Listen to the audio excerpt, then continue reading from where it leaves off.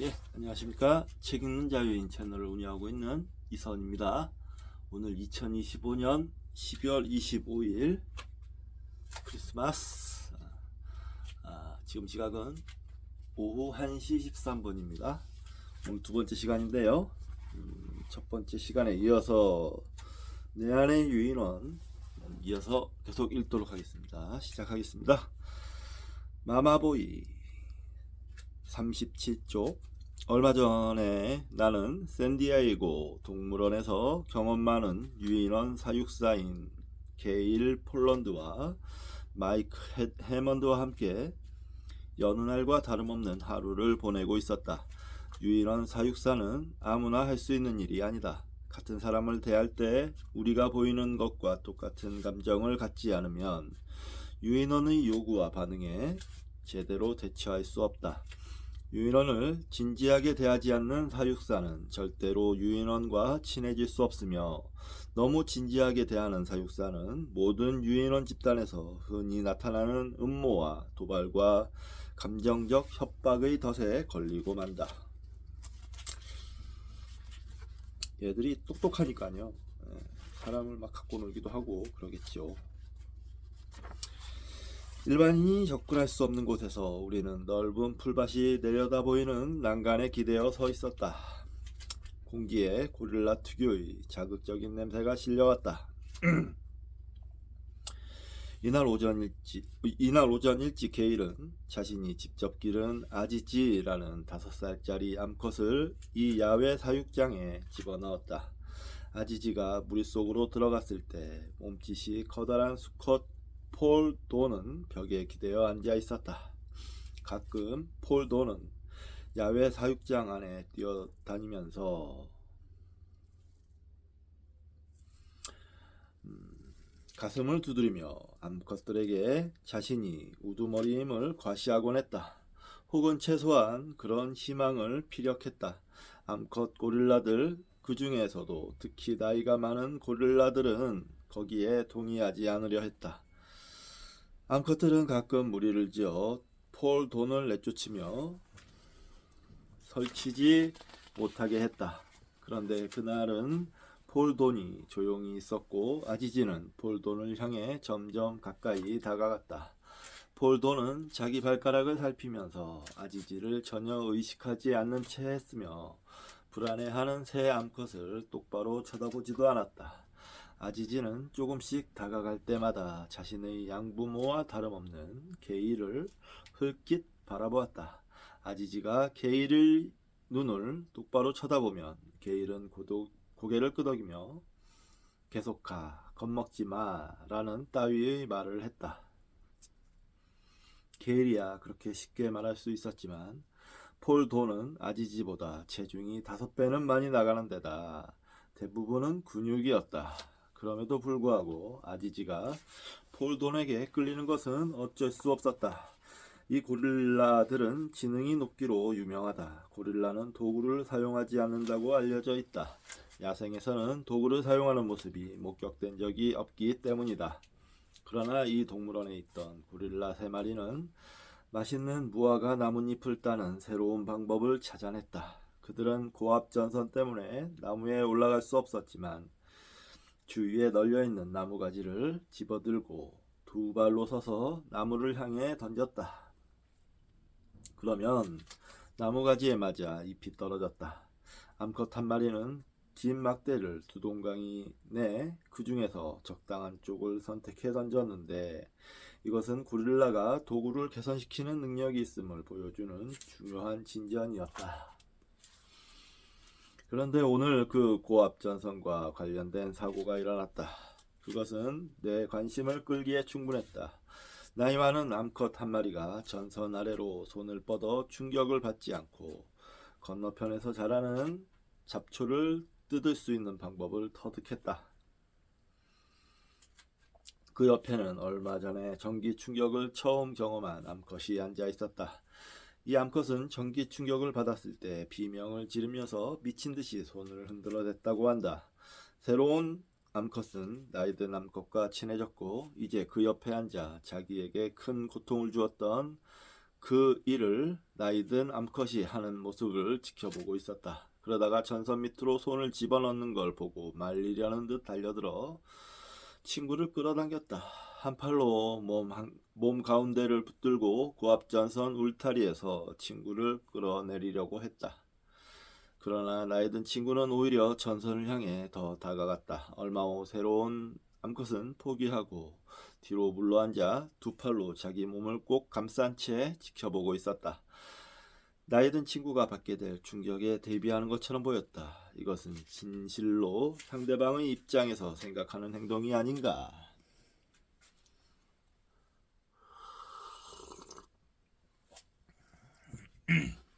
침팬지나 보노보와 마찬가지로 고릴라도 대형 유인원에 속한다. 대형 유인원은 4종만 존재하는데 마지막 하나는 오랑우탄이다. 유인원은 꼬리가 없고 몸집이 큰 영장류이다. 이 두 가지 특성은 통틀어 사람과 분류되는 사람과 유인원 가족과 원숭이과와 구별되는 특징이다. 사람과로 분류되는 사람과 유인원 가족이 원숭이와 구별되는 특징이다. 따라서 유인원 가로 열고 정확하게는 민꼬리 원숭이라고 하지만 일반적으로 유인원이란 용어를 많이 쓰기 때문에 이 책에서도 그대로 사용하기로 한다. 몸기니 가로 닫고 유인원을 원숭이와 혼돈해서는 안 된다. 유인원 전문가에게 저도 원숭이를 참 좋아해요 라고 말하는 것만큼 큰 모욕도 없다. 영장류는 유인원보다 더 광범위한 이름으로 거기에는 우리 인간도 포함된다. 유인원 중에서 우리와 가장 가까운 친척은 침팬지와 보노보인데 둘 중 어느 쪽이 더 가깝다고 꼬집어 말하기는 어렵다. 그렇지만 영장류학자들은 인류의 조상 모델로 어느 쪽이 더 적절한가를 놓고 논쟁을 벌인다. 우리는 모두 단일 조상으로부터 유래했고 한 종이 다른 종보다 우리 조상의 특징을 더 많이 보존하고 있을 가능성이 있다. 그렇지만 지금 현재로서는 어느 쪽에 더 가까운지 결론 내리기 어렵다. 당연한 결과인지 모르겠으나 침팬지 전문가는 일반적으로 침팬지 편을 들고 보노보 전문가는 보노보 편을 든다.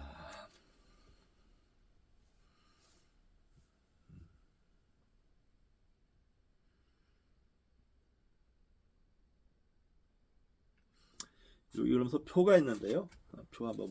표에 나온 글을 좀 읽어볼 필요가 있겠네요. 보겠습니다.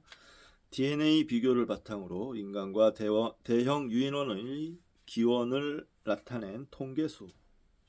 자료는 각 종이 언제쯤 별도의 가지로 갈라져 나갔는지 보여준다. 침팬지와 보노보는 판 속에 속한다. 인간은 약 550만 년 전에 판 속의 조상으로부터 갈라져 나왔다. 일부 과학자는 인간과 침팬지와 보노보가 서로 아주 가까워 호모라는 하나의 속으로 묶을 수 있다고 생각한다.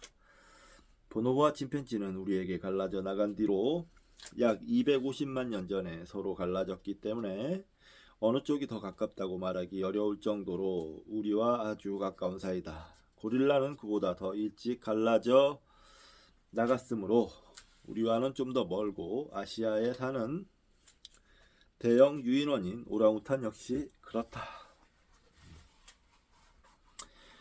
고릴라는 우리의 진화 가지에서 침팬지와 보노보보다 좀 더 앞서 갈라져 나갔기 때문에 고릴라를 좀 더 닮은 유인원을 원형으로 부르는 게 마땅하다는 주장이 제기되었다. 그러나 고릴라가 우리의 마지막 공통조상과 닮았다고 말할 수 있을까? 실제로 고릴라는 지난 700만 년 동안 그 형태가 변할 만한 시간이 충분히 있었다. 대신에 우리가 살피고자 하는 것은 그 오랜 세월에 걸쳐 형태가 가장 적게 변한 유인원이다. 야생 보노보 전문가인 가노 타카요시는 보노보가 습기찬 밀림을 떠난 적이 없기 때문에 변화의 압력이 적었고 따라서 우리 모두의 뿌리인 숲에 사는 유인원을 가장 많이 닮았다고 주장했다. 반면 침팬지는 부분적으로 그리고 우리 조상은 완전히 밀림에서 떠났다. 미국 해부학자 해럴드 쿨리지는 보노보가 현재 살아있는 어떤 침팬지보다도 침팬지와 인간의 공동조상에 더 가까울 것이라고 추측했다.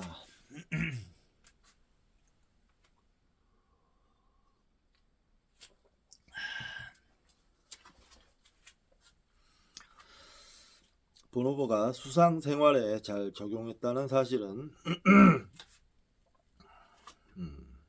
신체를 사용하는 방식에서 분명히 드러나는데, 여기서 수상이라는 건 나무 위 생활을 얘기하는 겁니다.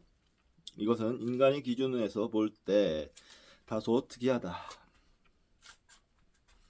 보노보의 발은 손의 역할을 한다. 발로 물건을 붙잡을 뿐만 아니라 발동작으로 의사소통을 하며 주의를 끌기 위해 발바닥을 손뼉 치는 듯이 탁탁 마주치기도 한다. 유인원을 가끔 네발동물이라 부르는데 보노보에게는 네발동물이 더 잘 어울린다. 보노보는 나무 위에서 점프하고 팔근에 이동을 하고 공중제비를 넘는 등 다른 어떤 유인원보다도 민첩한 동작을 보인다. 밧줄 위에서도 마치 단단한 땅 위를 걷듯이 두 발로 잘 걸어간다. 이러한 곡의 재주는 숲을 떠날 이유가 전혀 없었던 유인원에게 꼭 필요한 것이었고,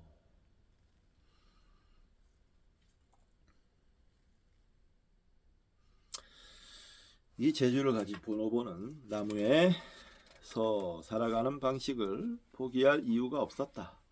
보노보가 침팬지보다 수상 생활을 더 많이 한다는 사실은 야생에서 과학자와 처음 마주쳤을 때 보이는 행동에서 금방 드러난다. 침팬지는 나무에서 내려와 땅 위로 도망가지만 보노보는 수관, 그리고 나무에서 가지와 잎이 많이 달린 부분, 수관을 통해 달아나며 멀찌감치 벗어난 후에야 땅으로 내려온다. 어떤 유인원이 마지막 공통조상을 가장 닮았느냐를 둘러싼 논쟁은 한동안 계속될 것 같지만, 당분간은 침팬지와 보노보 모두 인류의 진화에 똑같이 중요한 위치를 차지한다고 보기로 하자. 고릴라는 이 두 종과 우리하고는 암수간의 몸집 차이와 수컷 한 마리가 암컷들을 독차지하는 사회 제도 면에서 확연히 구별된다.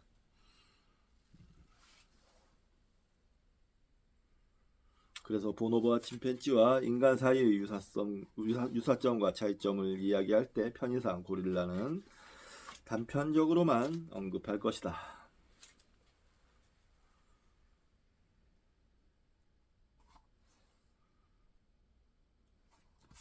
우리는 아지지와 폴돈 사이에 어떤 일이 일어나는지 계속 지켜보진 않았다. 둘 사이에 접촉이 일어나리라는 건 확실하지만 몇 시간이 걸릴지 며칠이 걸릴지 모르는 일이다. 사육사들은 그 사건으로 말미암아 아지지의 태도가 돌이킬 수 없게 변화되리라는 사실을 알고 있다.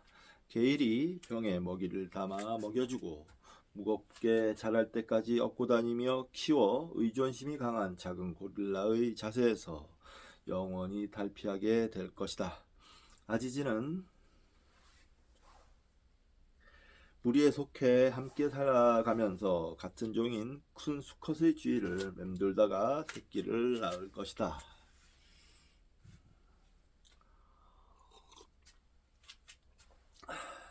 우리가 보노보 무리 옆을 지나가자 노레타가 날카롭게 우우 하고 소리를 내면서 아는 척을 한다. 내가 이 동물원에서 연구를 한 것은 20년 전의 일이지만 노레타는 아직도 나를 알아본다. 한번 각인된 기억은 평생 지워지지 않는다. 내가 매일 함께 지내며 보던 사람을 잊어버린다는 건 상상할 수 없듯이 노레타도 마찬가지 아니겠는가.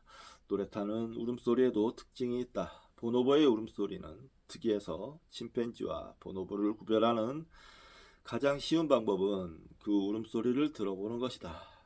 보노보는 침팬지가 후후후 하고 내는 저음의 소리를 내지 않는다. 보노보의 목소리는 히히 소리에 가까운 아주 고음이어서 미넨의 헬라 부른 동물원장은 보노보를 처음 받았을 때 도로 돌려보내려고 했다. 볼로보에서 온 화물상자 속을 들여다보지도 않고 소리만 들은 그는 유인원이 내는 소리라고는 도저히 생각할 수 없었기 때문이다.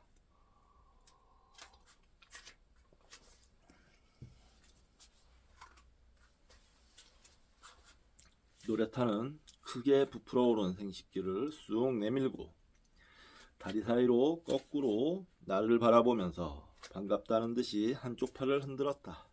나도 손을 흔들어주고 마이크에게 밖으로 나오지 않은 한 수컷에 대해 물어보았다. 마이크는 나를 보노보들이 밤에 잠자는 구역으로 안내했다.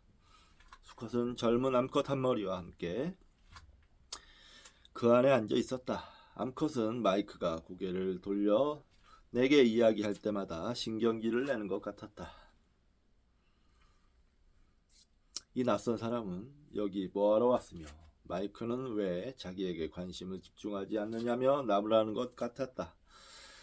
암컷은 창살 사이로 손을 뻗어 나를 붙잡으려고 했다. 수컷은 그 자리에 그냥 있었지만 마이크가 만질 수 있게 등과 배를 내밀었다. 그러면서 그런 상황에서라면 어떤 수컷 보노보도 그렇듯이 아주 인상적으로 발기한 성기를 보여주었다. 보노보는 암수를 막론하고 성적 관심과 호감이 분명하게 구별되지 않는다. 이 수컷은 지위가 낮기 때문에 보노보 무리에서 따로 떼어 놓을 필요가 있다. 비록 다 잘하긴 했지만 전체 암컷 무리에 대해 스스로를 방어할 능력이 없다. 동물원에서는 암컷이 수컷에게 보이는 적대감이 갈수록 큰 문제가 되고 있다. 과거에는 수컷 보노보를 다른 동물원으로 보내는 기초적인 실수를 저질렀다. 짝짓기를 위해 유인원을 다른 동물원으로 이동시킬 때는 항상 수컷을 보냈다. 대부분의 동물에게는 이 방법이 통하지만 보노보의 경우에는 재앙을 낳기 십상이다. 야생 자연에서 암컷 보노보가 다른 무리로 떠나간다. 야생 자연에서는 암컷 보노보가 다른 무리로 떠나간다. 수컷은 그냥 무리 중에 남아서 어미의 보호를 받으며 산다. 영향력이 큰 어미를 둔 수컷은 서열이 높아지며 먹이를 먹을 때에도 어느 정도 인정을 받는다. 동물원들은 값비싼 수업료를 치른 후에야 야생의 방법을 따르게 되었다.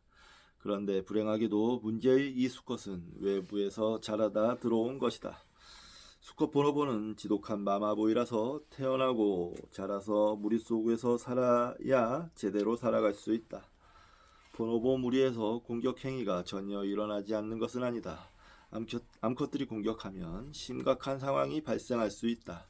비명소리와 함께 한바탕 팔다리가 뒤엉켜 싸움이 끝나고 나면 부상을 입는 쪽은 언제나 수컷이다. 비록 보노보는 대체로 싸움이 일어나지 않게 뜯어말리는 편이지만 이러한 재주가 발달한 데는 그만한 이유가 있다. 보노보 사이에서도 종종 싸움이 벌어지기 때문이다. 보노보 무리가 모범적인 사회적 조화를 유지하는 비결은 저변에 깔린 긴장이 분명히 드러나기 때문이다. 이 역설은 인간 사회에도 적용된다. 선박의 안정성을 확인하는 궁극적인 방법은 폭풍 속에서 견뎌내는지 시험해 보는 것이다. 이와 마찬가지로 어떤 관계가 신뢰를 받으면 종종 일어나는 갈등을 극복해야 한다.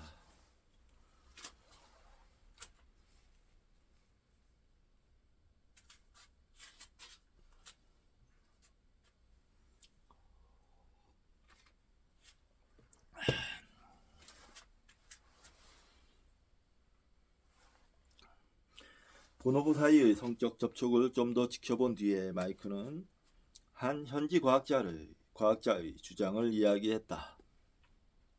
그 과학자에 따르면 동물원의 보노보가 교미하는 횟수는 1년에 겨우 2~5번에 불과하다는 것이다. 정말로 보노보는 성적 능력에 대한 명상에 걸맞지 않는 그런 행동을 보일까? 우리는 밖으로 나가면서 오늘 하루만 해도 불과 2시간 만에 6차례의 교미를 목격했으므로 2년 동안 관찰해야 가능한 결과를 얻었다고 농담을 주고받았다. 제복을 입고 있으면 주변의 사람들이 각별히 귀를 기울이게 된다. 그런데 나는 마이크와 게일이 제복을 입고 있다는 사실을 깜빡하고 조금 큰 소리로 이전에 했던 연구를 자랑스레 이야기했다. 내가 여기서 일할 때는 겨울 한철 동안 수백 번의 교미를 봤어요. 그러자 우리 옆에 서 있던 남자가 어린 딸을 붙잡고 황급히 자리를 떴다. 보노보의 섹스는 때로 아주 미묘하게 일어난다. 한 어린 암컷이 나무가지에서 자기가 가려고 하는 길을 막고 있는 더 어린 수컷을 지나치려고 한다. 수컷은 아마도 나무에서 떨어질까봐 겁이 나서 길을 비켜주지 못하는데 암컷은 나무가지를 붙잡고 있는 수컷의 손을 물면서 상황을 악화시킨다. 그러나 암컷은 폭력을 사용하는 대신에 뒤로 돌아서더니 수컷의 팔에다 크리토리스를 갖다 대고 문지른다. 둘 다 충분히 잘하지는 않았지만 이것은 보노보가 분쟁을 해결하는 전형적인 방법으로 어린 시절부터 터득하게 된다.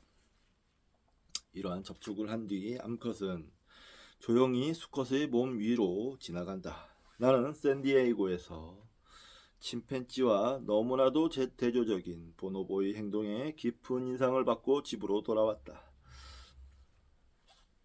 나는 애틀랜타 근처에 있는 여키스 국립영장류 연구센터의 야외 연구기지에서 침팬지 40여 마리를 연구하고 있다. 오래전부터 이들 침팬지를 관찰해온 나는 각자의 독특한 개성까지 파악하고 있다. 이들 역시 나를 잘 안다. 뿐만 아니라 모든 연구자가 소망하는 한 가지 선물을 내게 주는데 그것은 나를 마치 가구처럼 취급하는 것이다.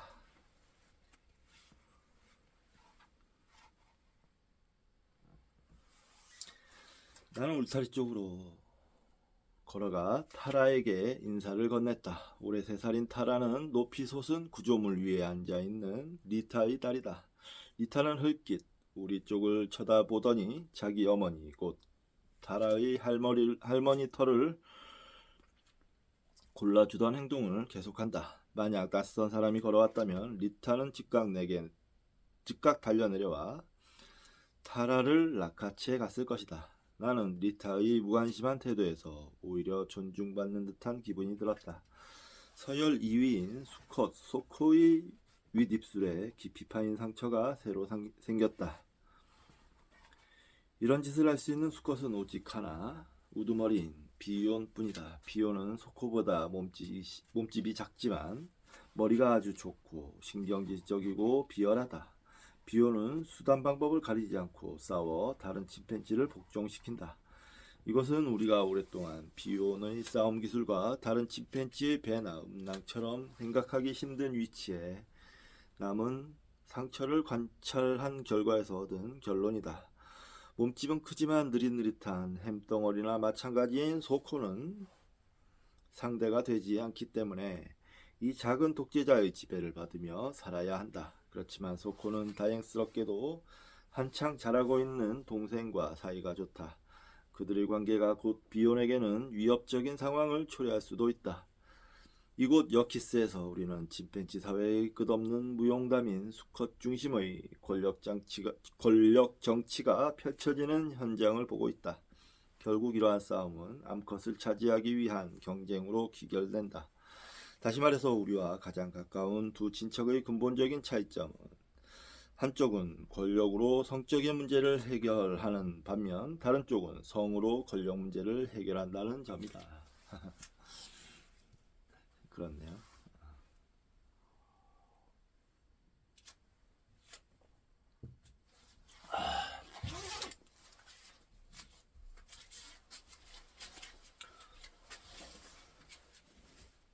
눈이 좀 피곤한데?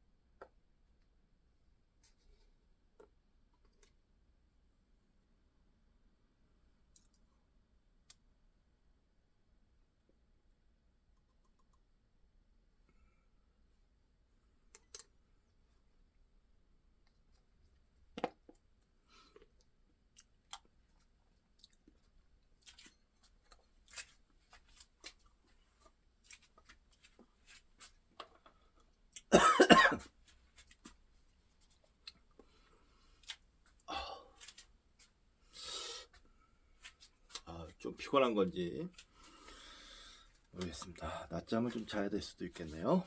자, 문명의 단판.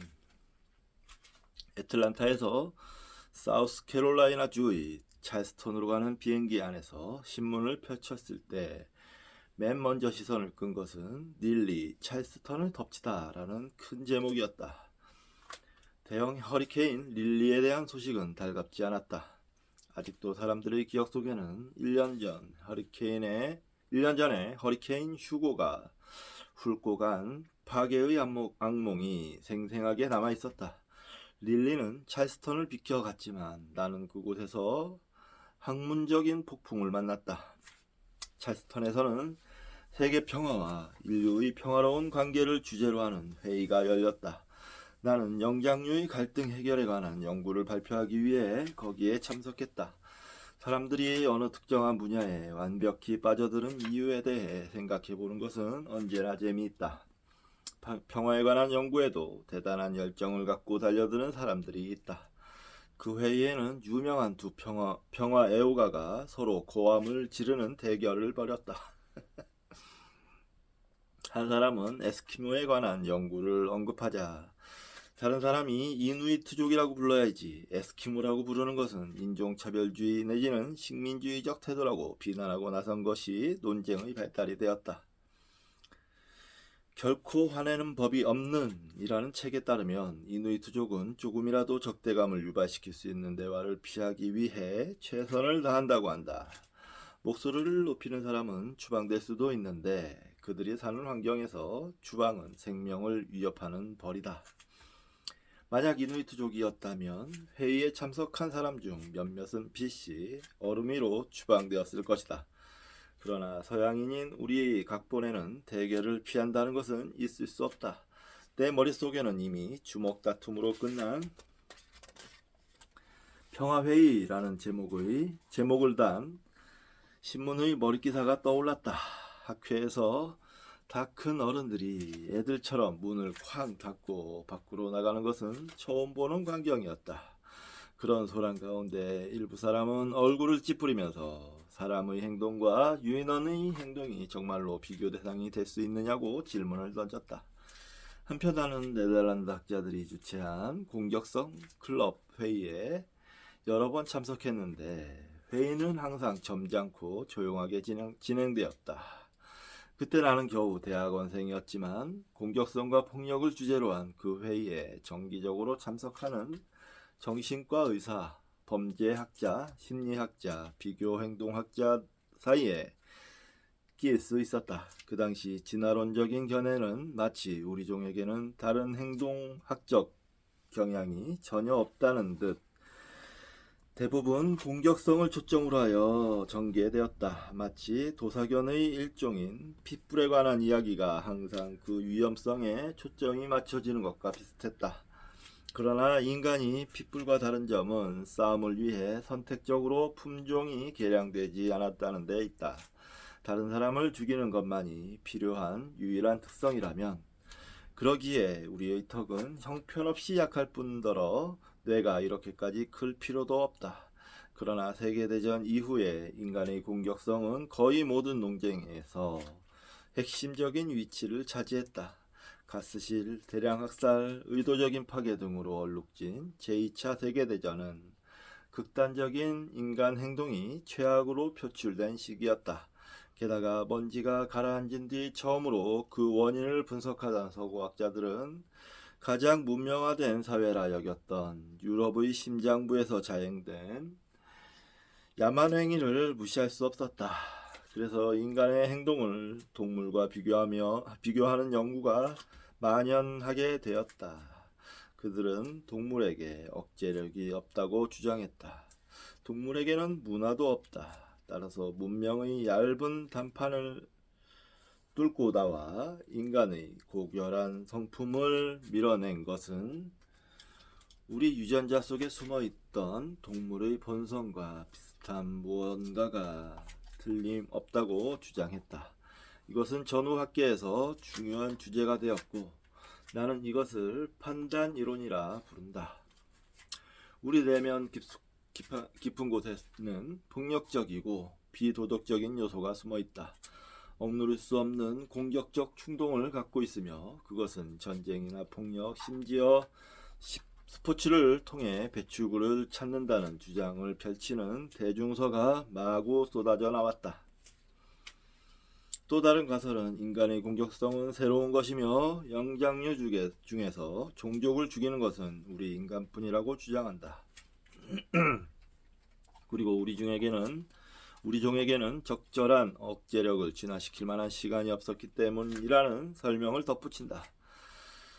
그 결과 우리는 사자나 늑대 같은 직업적인 포식자와 마찬가지로 싸움의 충동을 억누르지 못한다.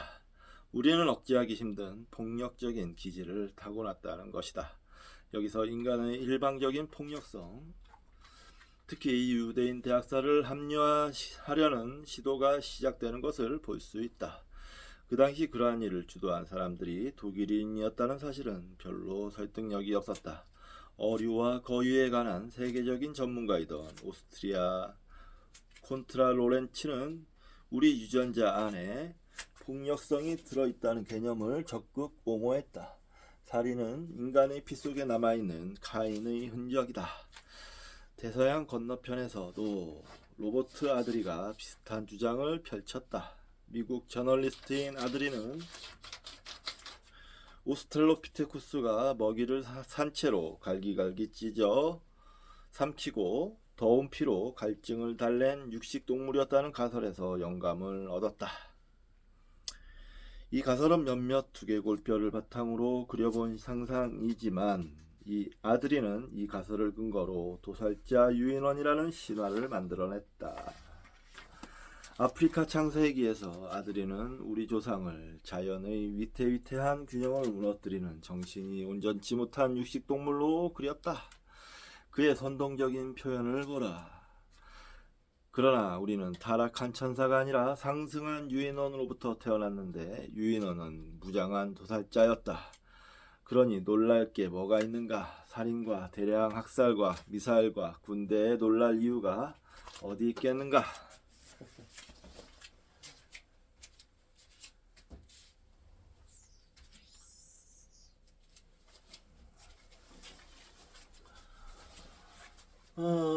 우리 안에 폭력성이 내재해 있다는 건 부인할 수 없을 것 같은데요. 항상 이 폭력성이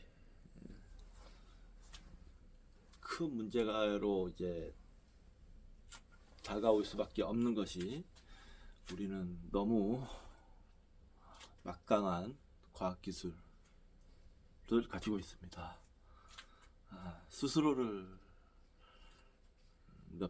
몇 번이고 멸망시킬 수 있을 만한 수준의 과학기술을 갖고 있는 자들이 어마어마한 폭력성이 내재해 있다면 걱정하지 않을 수 없죠. 철저히 더 연구해보고 그 어떤 해결책, 방지책, 발전책 뭐 이런 거를 생각해 봐야 합니다. 그건 당연하죠. 자, 믿기 힘들지만 그 다음에 밀어닥친 대중생물학의 물결은 아드리의 신화를 넘어섰다. 로널드 레이건과 마가렛 대처가 탐욕은 사회와 경제를 위해 그리고 탐욕이 있는 사람에게 좋다고 강변하던 시기에 생물학자들은 이러한 견해를 지지하는 책들을 내놓았다. 리처드 도킨스가 쓴 이기적 유전자는 진화는 스스로 돕는 자를 돕기 때문에 이기심은 우리를 끌어내리는 결점이 아니라 변화의 원동력이라고 가르쳤다.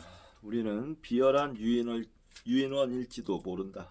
이는 충분히 일리 있는 주장이며 세상은 그런 자들이 살아가기에 좋은 장소이다.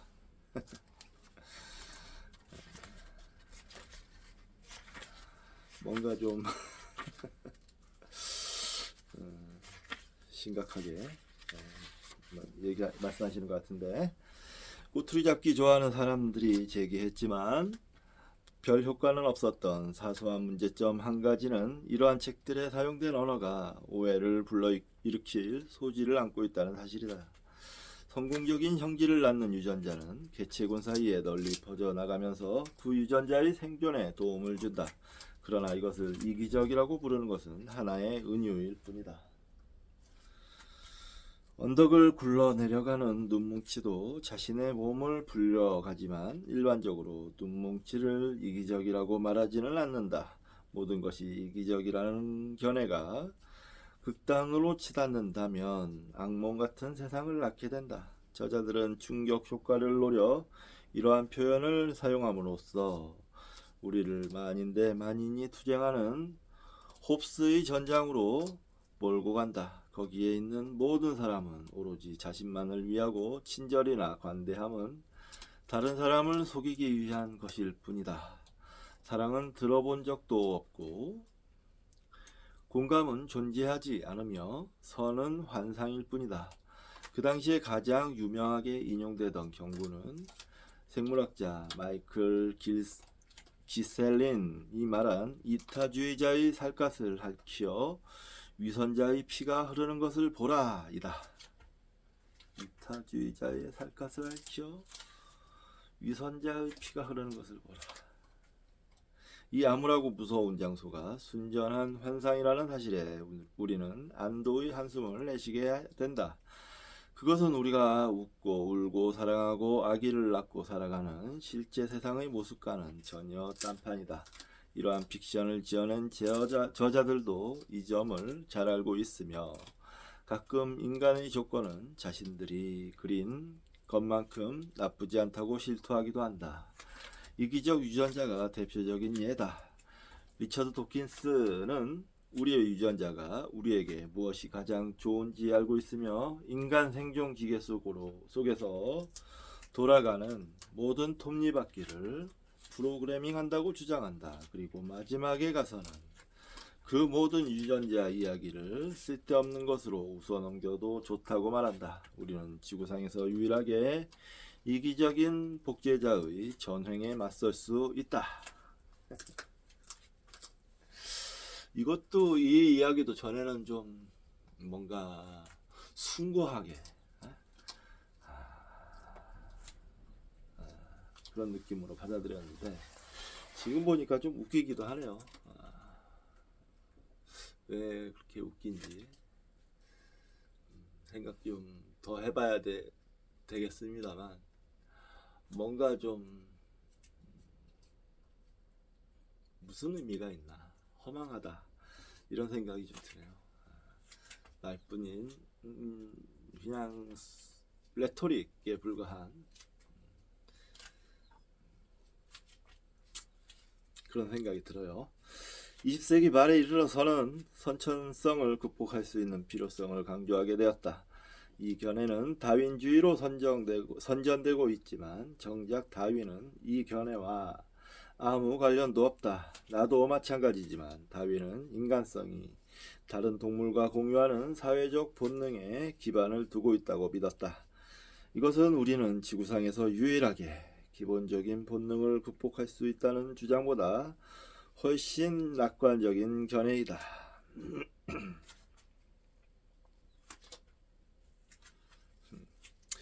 낙관적인 견해다.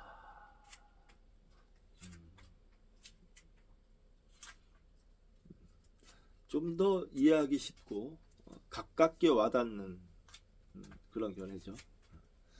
후자의 견해에서 인간의 예의 바른 행동은 유전이 아니라 만들어낸 얇은 껍데기에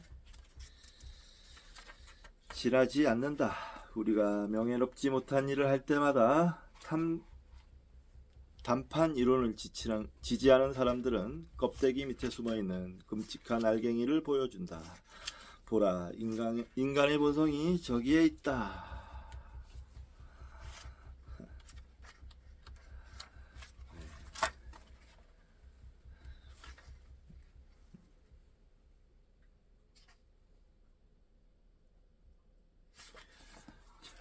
계속 읽겠습니다. 조금 더 읽고 마무리하는 게 나을 것 같네요.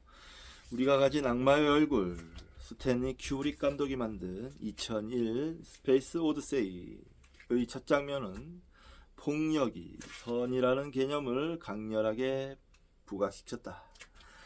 호미니드들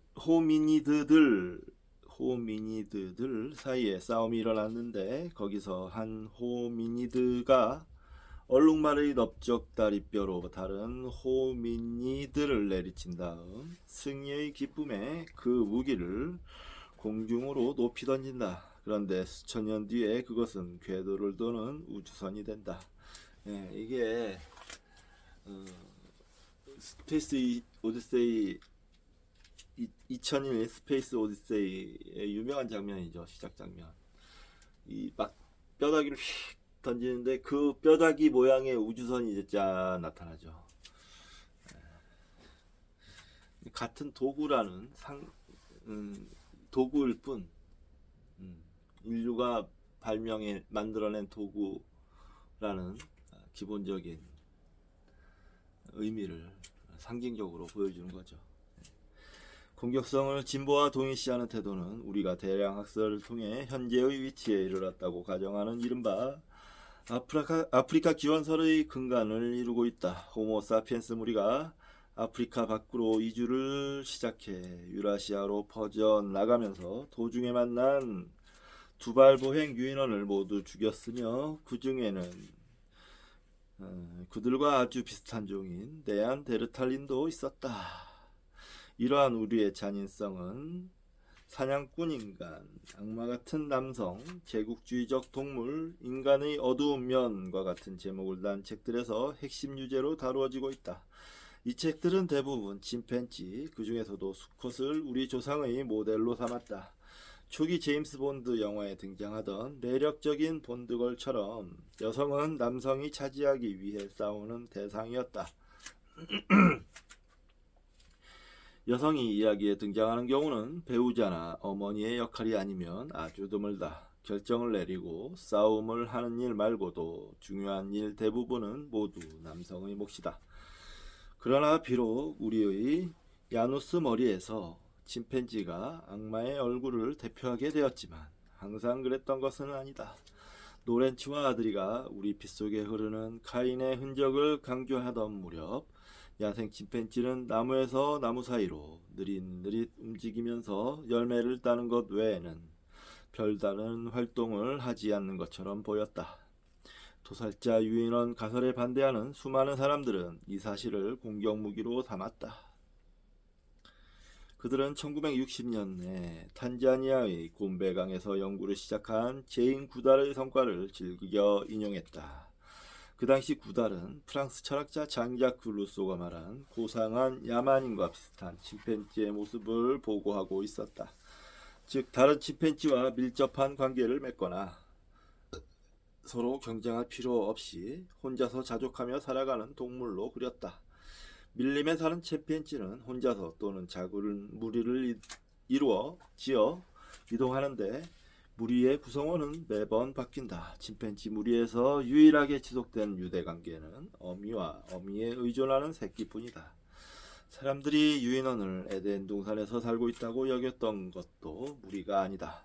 그렇지만 1970년대 들어 곰베에서 남쪽으로 조금 떨어진 마할레 산맥에 살고 있던 침팬지를 연구한 일본인 과학자들은 이와는 다른 그림을 주장하고 나섰다. 그들은 미국과 유럽의 연구자들이 가진 개인주의적 편견에 큰 의구심을 가졌다. 어떻게 우리와 아주 비슷한 동물이 사회성이 없을 수 있단 말인가? 그들은 침팬지가 매일 함께 어울리는 구성원이 바뀌긴 하지만 모두가 다른 집단과는 구별되는 같은 집단의 구성원이라는 사실을 알아냈다. 침팬지 그림에서 두 번째로 수정된 사항은 야생 침팬지가 평화로운 동물이라는 평판이었다. 일부 인류학자는 인간의 본성이 원래 공격적이라는 주장에 대한 반론의 근거로 침팬지의 평화로운 본성을 들었다. 그러나 침팬지의 실제 생활에 대한 조사가 이루어지면서 두 가지 새로운 사실이 밝혀졌다. 우선 침팬지는 원숭이를 사냥해 그 두개골을 박살낸 다음 산채로 잡아먹는다는 사실이 확인되었다. 아이고. 그리하여 침팬지는 초식동물에서 육식동물로 그 지위가 변했다. 그리고 1979년에 내셔널 지오그래픽은 침팬지가 서로를 살해하며 때로는 죽인 상대방을 먹기도 한다는 보고서를 실었다. 이로써 침팬지는 동족 살해자이자 동족끼리 잡아먹는 동물이라는 불명예까지 떠안게 되었다. 이 보고서는 자신의 세력권 경계를 벗어나서 방심한 적의 뒤를 살금살금 따라가다가 포위한 뒤 잔인하게 때려 죽이는 수컷 침팬지들의 스케치도 함께 실었다. 처음에는 이러한 보고가 극소수 출처로부터 드문드문 나왔지만 얼마 지나지 않아 비슷한 내용의 보고가 무시할 수 없을 만큼 쏟아져 나왔다. 이 그림은 도살자 유인원과 거의 일치했다. 오늘날 우리는 침팬지가 다른 동물을 사냥해 죽이고 사회 집단을 이루어 살면서 다른 집단과 전쟁을 벌인다는 사실을 알고 있다. 구달이 이 소식을 학계에 전했을 때 일부 사람들은 교육과 텔레비전 프로그램의 변화를 통해 인간의 공격성을 없애야 한다는 희망을 내비쳤다고 한다. 우리가 유일한 공격적인 영장류가 아니라는 구달의 메시지는 학계에서 환영받지 못했다.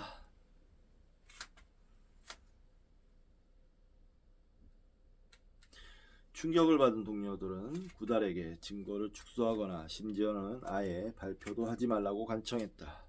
일부 사람들은 곰베의 야영지를 비난했다. 연구자들이 침팬지에게 바나나를 주면서 병리학적 행동을 조장했다는 것이다. 그러나 야영지에서 침팬지 간에 벌어진 경쟁은 잘 기록돼 있지만 가장 심각한 싸움은 거기서 멀리 떨어진 곳에서 일어났다. 구달은 비판자들에게 굳건히 맞섰다. 구달은 계속 부인하면서 살아가기보다는 아무리 마음에 들지 않더라도 사실을 직시하는 편이 낫다고 생각한다고 말했다. 바나나 비판은 오래가지 못했다. 여분의 먹이를 공급해주지 않은 아프리카의 다른 여러 장소에서도 침팬지의 전쟁이 보고되었기 때문이다. 잔인한 폭력성은 침팬지의 본성 중 일부를 차지하고 있는 게 명백했다. 본성을 표출할 필요가 없어서 침팬지 무리가 평화롭게 살아가는 것으로 보이지만 종종 심하게 표출할 때가 있다. 잔인한 폭력성의 표출은 한편으로는 도살자 유인원 가설을 뒷받침해주지만 다른 한편으로는 그것을 부정한다. 노렌츠와 아드리는 동족을 살해하는 행위는 인간에게서만 볼 수 있다고 주장했다. 하지만 침팬지뿐만 아니라 하이에나, 사자, 랑구르 원숭이를 비롯해 많은 동물을 관찰한 결과 동족 살해는 비록 자주 일어나지는 않지만 동물계에서 광범위하게 일어나고 있음이 분명히 드러났다. 생물학자 에드 윌슨은 어떤 동물을 1000시간 이상 관찰하면 서로의 생명을 앗아가는 싸움을 목격할 수 있다고 결론지었다. 그는 대규모로 약탈과 살해 행위를 저지르는 동물 집단인 개미의 전문가 입장에서 이렇게 말했다. 암살, 작은 전투, 대규모 전쟁을 일상적으로 벌이는 개미와 비교할 때 인간은 아주 온순한 평화주의자이다. 침팬지의 어두운 면, 가로 열고 신라권이 가로 닫고 이 발견되면서 루소는 퇴장하고 홉스가 무대의 전면에 등장했다. 유인원의 폭력성은 우리의 유전자 속에 잔인성이 프로그래밍되어 있음을 의미했다. 유인원의 폭력성은 인간은 유전학적으로 이기적이라는 진화 생물학자들의 주장과 결합시키자 모든 것이 제자리에 딱 들어맞는 것처럼 보였다. 이제 인간의 본성에 관해 이론의 여지가 없게 일관성 있는 그림이 나타났다. 이 그림은 침팬지를 바라보면 우리가 실제로 어떤 종류의 괴물인지 알 수 있다고 주장한다. 얼마든지 반론이 나올 수 있었는데도 불구하고 이렇게 해서 침팬지는 성악설의 입지를 강화시켜 주었다. 사실 침팬지의 폭력성은 일상적으로 흔히 볼 수 있는 일이 아니다. 과학자들이 그 사실을 밝혀내는 데에는 수십 년의 세월이 걸렸다. 자신이 발견한 사실이 어느 한쪽에 지우친 견해를 지지하는 데 이용되는 것을 내심 우려한 구달은 침팬지가 지닌 긍정적인 면, 그 중에서도 동정심을 부각시키려고 크게 노력했지만 별 소용이 없었다. 과학계는 이미 마음을 정한 상태였다. 한번 도살자로 낙인 찍힌 이상 영원히 그 굴레에서 벗어날 수 없었다.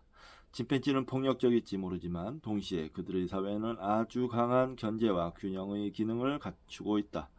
나는 네덜란드의 아르햄 동물원에서 이것을 분명하게 목격했다. 우리는 나무가 우거진 섬을 둘러싼 해자 가장자리에 서서 초조하게 기다리고 있었다.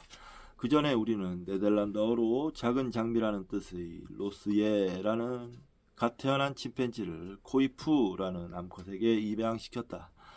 코이프는 젖이 나오지 않았기 때문에 로스예에게 젖병을 물리도록 훈련시켰다. 이 계획은 우리의 기대를 훨씬 뛰어넘는 성공을 이루었다. 유인원에게는 사소한 묘기에 불과한 것이 우리에게는 굉장한 성공으로 보였다. 그런데 지금 우리는 이 어미와 딸을 세계 최대의 동물원 침팬지 집단에 도입하고 있는데 무리 중에는 위험한 수컷 4마리가 있었다. 경쟁자에게 겁을 주기 위해 수컷들은 털을 꼿꼿이 세운 채 돌진하곤 했다. 불행하게도 이 집단의 겁없는 우두머리 니키는 이런 위태로운 상황에 처해 있었다. 수컷 침팬지는 기질이 난폭하고 힘이 세기 때문에 사람을 쉽게 압도한다.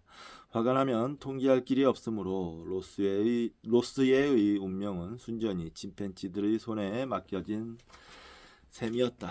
아침에 우리는 무리의 반응을 살펴보기 위해 침팬지들이 자고 일어난 모든 우리 앞으로 코이프를 걸어가게 했다. 침팬지들은 모두 코이프를 알고 있었지만 로스에는 처음 보는 것이었다. 코이프가 수컷의 우리 앞을 지나갈 때 니키가 철장 사이로 손을 뻗어 코이프를 붙잡으려고 하자 코이프는 날카로운 비명소리를 지르며 벌쩍 뛰었다. 니키는 코이프의 배에 달라붙은 로스가 있는 지점을 목표로 삼는 듯했다. 이러한 행동을 보인 것은 오직 니키뿐이었기 때문에 나는 단계별 도입 방법을 쓰기로 결정하고 니키를 맨 마지막으로 우리에서 풀어주었다. 꼭 피해야 할 것은 코이프 모녀와 니키만 있는 상황이었다. 나는 코이프를 보호해주는 침팬지들에게 기대를 품었다. 야생 침팬지는 가끔 같은 종의 어린 새끼를 죽이곤 한다. 이러한 영아 사례에 대해 생물학자들은 수컷이 암컷에게 자기 새끼를 임신시키기 위해서라는 이유를 제시한다. 그들은 서열을 놓고 벌이는 경쟁이나 자기 새끼가 아닌 새끼를 죽이는 행위를 설명해준다. 니키는 로스예를 외부에서 들어온 새끼로 간주할 수도 있다. 우리는 야상에서 보고된 가장 끔찍한 장면 중 하나를 목격할지도 모른다는 불안감에 휩싸여 있었다. 로스예는 갈기갈기 찢길지도 모른다. 코이프가 로스예를 먹이는 걸 도우면서 수주일 동안 함께 생활해온 나로서는 평소의 냉정한 관찰자 입장을 유지할 수 없었다. 일단 섬 안으로 들어가자 대부분의 침팬지들은 코이프를 껴안고 환영하면서 새끼를 흘끗 쳐다보았다. 모든 침팬지는 니키가 앉아서 기다리고 있는 문 쪽을 불안한 시선으로 쳐다보는 것 같았다. 일부 어린 것들은 우리 주위를 뛰어다니고 문을 차면서 무슨 일이 일어날지 기대하는 것 같았다. 그 사이에 가장 나이 많은 수컷 2마리가 코이프 옆에 붙어서서 아주 친근한 태도를 보였다. 1시간쯤 지난 후에 우리는 니키를 섬으로 내보냈다. 수컷 2마리는 코이프 곁을 떠나 서로의 어깨에 팔을 거친 채 코이프와 니키 사이를 가로막고 섰다. 수년 동안 이 2마리가 으르렁대던 사이였던 걸 감안하면 놀라운 광경이 아닐 수 없었다.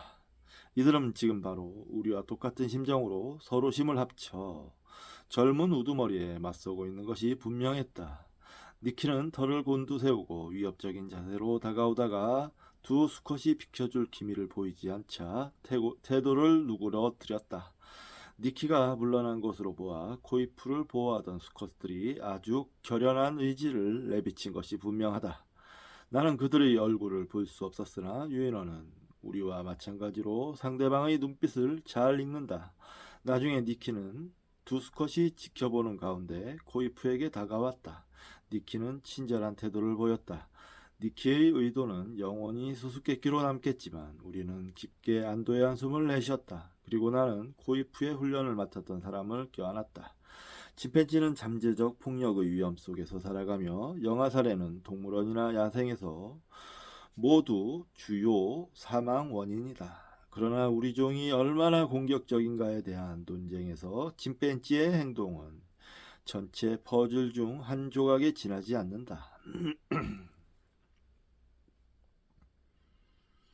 침팬지보다는 우리 직계 조상의 행동이 더 직접적인 단서를 제공해 주겠지만 불행하게도 이 부분에 대한 우리의 지식에는 커다란 간극이 존재한다. 특히 1만 년 이전의 시기를 돌아볼 때에는 더욱 그러하다. 우리가 지난 수천 년 동안 보여준 것처럼 그전에도 늘 그렇게 폭력적이었다는 확실한 증거는 없다. 진화론적인 관점에서 보면 수천 년은 별것도 아니다.